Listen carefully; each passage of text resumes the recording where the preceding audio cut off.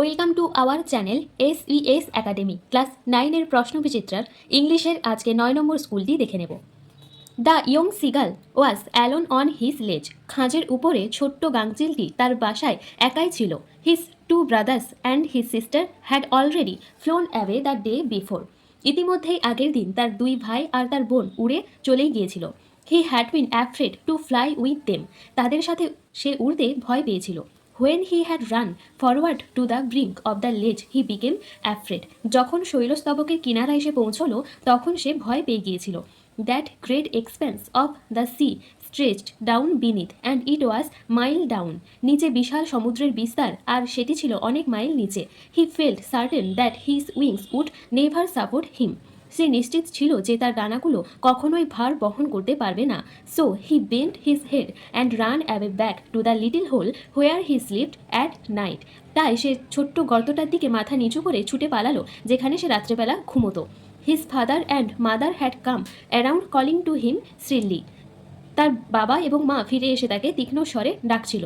But for the life of him he could not move. কিন্তু সে জীবনের ভয়ে নড়তে পারল না। দ্যাট ওয়াজ 24 আওয়ার এগো। এটি ছিল 24 ঘন্টা আগে। Since then nobody had come near him. তারপর থেকে তার কাছাকাছি কেউ আসেনি। The day before he had watched his parents flying about with his brothers and sister. সে তার বাবা মায়ের সাথে তার ভাইদের ও বোনকে আগের দিন উড়ে যেতে দেখেছিল। They were teaching them the art of flight and how to dive for fish. তারা তাদেরকে ওড়ার কৌশল শেখাচ্ছিল আর কিভাবে মাছ ধরার জন্য মাথা নিচের দিকে করতে হয় সেটা শেখাচ্ছিল। He had seen his elder brother catch his first herring. সে দেখেছিল তার বড় ভাই প্রথম হেরিং মাছ ধরতে। While his parents circle around proudly. সেই সময় তার বাবা মা চক্রাকারে ঘুরছিল খুব গর্বের সঙ্গে। এর দাগে choose the correct alternatives, complete the following sentence. The young seagull had 2 brothers and 1 sister. The parents of the young seagull were proud because his elder son caught a fish for the first time. বিয়ের দাগে true false লিখতে হবে। The young seagull did not try at all to fly. False, কারণ সে উড়তে চেয়েছিল কিন্তু ভয় পেয়ে গিয়েছিল। His parents tried to teach him how to fly. True. C এর দাগে answer the following question. Why was the seagull afraid when he ran forward to the brink of the ledge. অ্যান্সারটি হবে the seagull was afraid because he saw the first sea below and thought his wings would not support him. অথবা বই থেকে এই জায়গাটি লিখতে পারো he became afraid, এখানে বিকজ দিয়ে the great expanse of the sea stretched down beneath and it was mile down. He felt certain that his wings would never support him. দুই দাগের কবিতাটি দেখো। Mild the mist upon the hill. পাহাড়ের উপরে হালকা কুয়াশা। Telling not of storms tomorrow. বলে আগামীকাল কোনো ঝড়জল নেই। No the day has wept its fill. প্রাণভরে দিনের কান্নার হয়েছে অবসান। Spend its store of silent sorrow. নীরব দুঃখের সঞ্চয় করেছে উজাড়। O I am gone back to the days of youth. আমি ফিরে গিয়েছি শৈশবের দিনগুলিতে। I am a child once more. আমি আবার শিশু হয়েছি। And neath my father sheltering roof. এবং নিশ্চিত হয়েছি বাবার ছাউনির নিচে। And near the old hall ডোর। এবং পুরনো হলঘরের দরজার কাছে। এর দাগে choose the correct alternatives to complete the following sentence. The blue mist that surrounds the distant hill reminds the poet of. প্রথমেরটা হবে the happy days of youth and childhood. দুই দাগে in the second stanza of the poem the poet express nostalgia, মানে অতীত স্মরণ করেছেন। বিয়ের দাগে answer the following question. What does the mild mist upon the hill forecast. It does not forecast any ট্রমস। বলে আগামীকাল কোনো ঝড়জল নেই। Where does the poet find herself when she thinks of her childhood? She finds herself near the father's house. তাহলে প্রথমের অ্যান্সারটি হবে telling not of storms tomorrow, আর দ্বিতীয় অ্যান্সারটি হবে neath my father sheltering roof and near the old hall door. তিনের দাগের আনসিনটি দেখো। A wonder in the plant kingdom. উদ্ভিদ জগতের এক বিস্ময়। The great banyan tree of the Acharya Jagadish Chandra Bose Indian Botanical Garden at Shibpur in Howrah.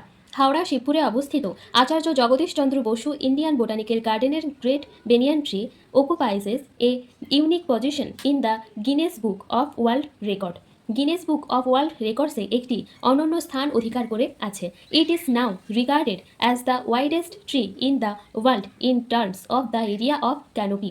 এখন এটিকে ছায়ার বিস্তৃতির দিক থেকে বিশ্বের সবচেয়ে চওড়া গাছ হিসেবে গণ্য করা হয়। The present crown of the tree has a circumference of 450 metres and the highest branch rises to 24.5 metres. বর্তমানে গাছটির ছাতার পরিধি 450 মিটার এবং সর্বোচ্চ ডালটির উচ্চতা 24.5 metres.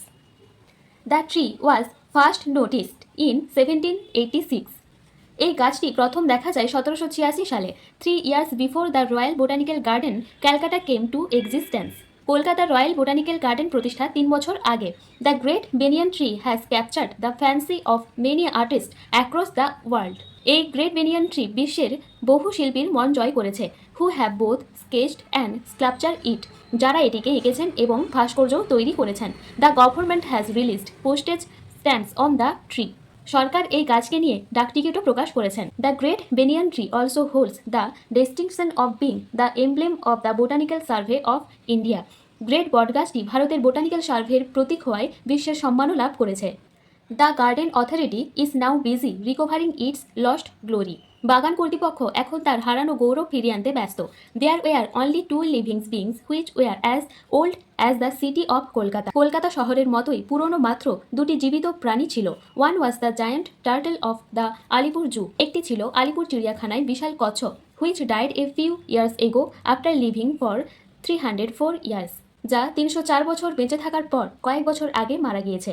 Now the only surviving witness of the city's history spanning over 300 years is the great banyan. এখন শহরের 300 বছরের ইতিহাসের একমাত্র জীবিত সাক্ষী হল great banyan tree, said H S. Debnath, the joint director of the garden. বললেন বাগানের যুগ্ম পরিচালক এইচ.এস. দেবনাথ। এরপর কোশ্চেন আনসারগুলি দেখো। Choose the correct alternatives to complete the following sentence. The Great Banyan Tree occupies a unique position in the Guinness Book of World Records because it is the widest tree. The Great Banyan Tree has attracted many artists. The only surviving living being which is as old as city of Kolkata is the Great Banyan Tree. H.S. Debnath was the joint director of Botanical Garden. The Royal Botanical Garden was set up in 1789. The Great Banyan Tree is famous for being the emblem of the Botanical Survey of India. এরপর true false লিখতে হবে। The giant turtle of Alipore zoo survived for 304 years, true. Supporting statement হবে one was the giant turtle of the Alipore zoo which died a few year ago after living for 304 years. দুয়ের দাগে the botanical garden never lost its glory, false.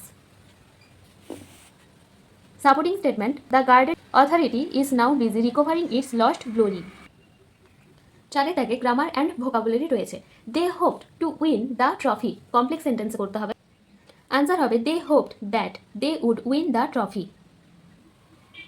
Late him complete the job, change the voice. Answer হবে let the job be completed by him. He is a professional actor, replace the underline word with its noun form and rewrite. Noun form হবে he is an actor by profession. এরপর phrasal verb রয়েছে appeared, ED যোগ রয়েছিল পাস্টে, তাহলে আমাদের পাস্টে answer হবে turned up. সামন, call in. Rejected, ED যোগ রয়েছে টার্নড ডাউন। এরপর 6 দাগে 3 নম্বর প্যাসেজ থেকে একই সমার্থক শব্দ নিয়ে সেখানে বসাতে হবে। A layer of something that spreads over an area like এর রূপ, অর্থাৎ ছাউনির কথা বলছে। আনসার হবে ক্যানোপি। 2 দাগে card or saved from of wood, stone, clay or metal, উত্তর হবে স্ক্লাপচার অর্থাৎ ভাস্কর্য। চলো আজকে এই পর্যন্তই, ক্লাসটি এখানে শেষ করছি। ক্লাসটি ভালো লাগলে অবশ্যই লাইক করো, আমাদের চ্যানেলটি সাবস্ক্রাইব করো, বন্ধুদের সাথে শেয়ার করে দিও এবং কমেন্ট করো।